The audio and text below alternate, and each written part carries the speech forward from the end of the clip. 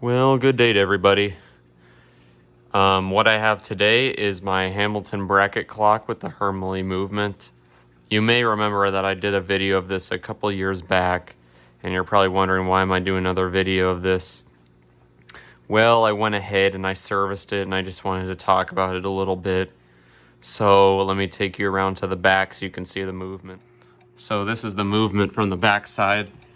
You'll probably notice that the balance wheel is replaced, or I put a new balance wheel in it. I did this because the old balance wheel was quite dirty and the hairspring had been bent, and I just figured it'd be easier to put a new balance wheel in.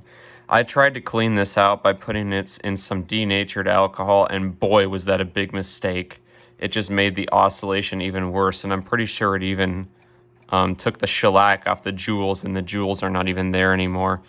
And if you spin this, it'll only go for about 30 seconds and then stop, because even before that was just a very weak balance wheel. And the general rule is if you spin it and it lasts longer than 2 minutes like this, what you would do is you'd stand it upright and see how long it would run. This one, however, is not going to stay running very long. So I put in a new balance wheel, and you could argue that the oscillation could be better, but it's good enough to where it keeps decent time, and so it's okay with me. And that hairspring looks a little filthy, but since this one lasted longer than 2 minutes, I called it good and didn't clean it. In which case I couldn't even really clean it, because you'd throw this in a watch cleaner.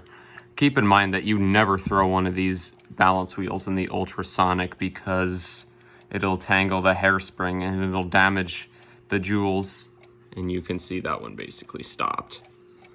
But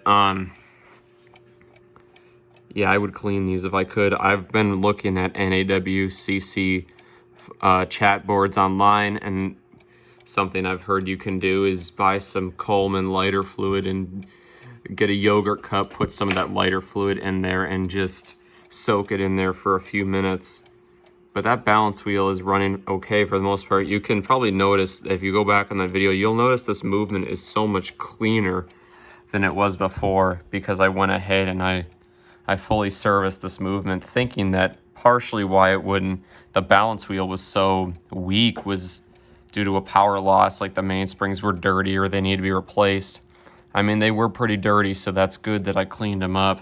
So, you know, put this in the ultrasonic, pegged out the holes, pivot holes, polished the pivots. And there were a few areas that look questionable, may need a bushing, but it's running okay without them. So I called it good, and there wasn't too much wear, just some that looked like it was questionable, but I've seen much worse. Some would just say, oh, just replace this because it's a Hermle movement.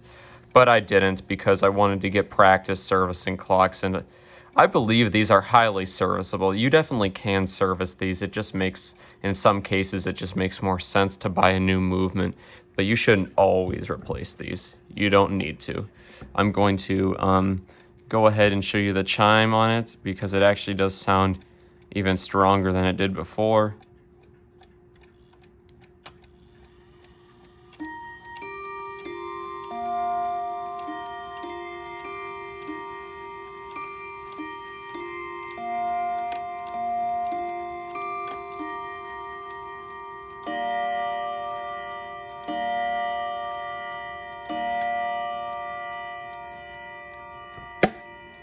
And that's all we got for this. Newer style floating balance. Or actually, this isn't even a floating balance. It's more of just a watch escapement with a balance staff. I'll show you what an actual floating balance is. This right here is like an actual floating balance. You can see that it's floating, being held in by a wire. That balance is not actually touching anything. It's just floating in the air. And that's Hermle's old style balance wheel before they did the newer ones. You can see this is a older Hermle, 1974 on there. This is to my tradition mantle clock that I got over here that I've done a video of. But I just wanted to show you the different balance wheels in these Hermle clocks. But that kind of concludes it for this video. I just wanted to show you what I did to that clock, and I'll have more videos in the future. Good day, everybody, and goodbye.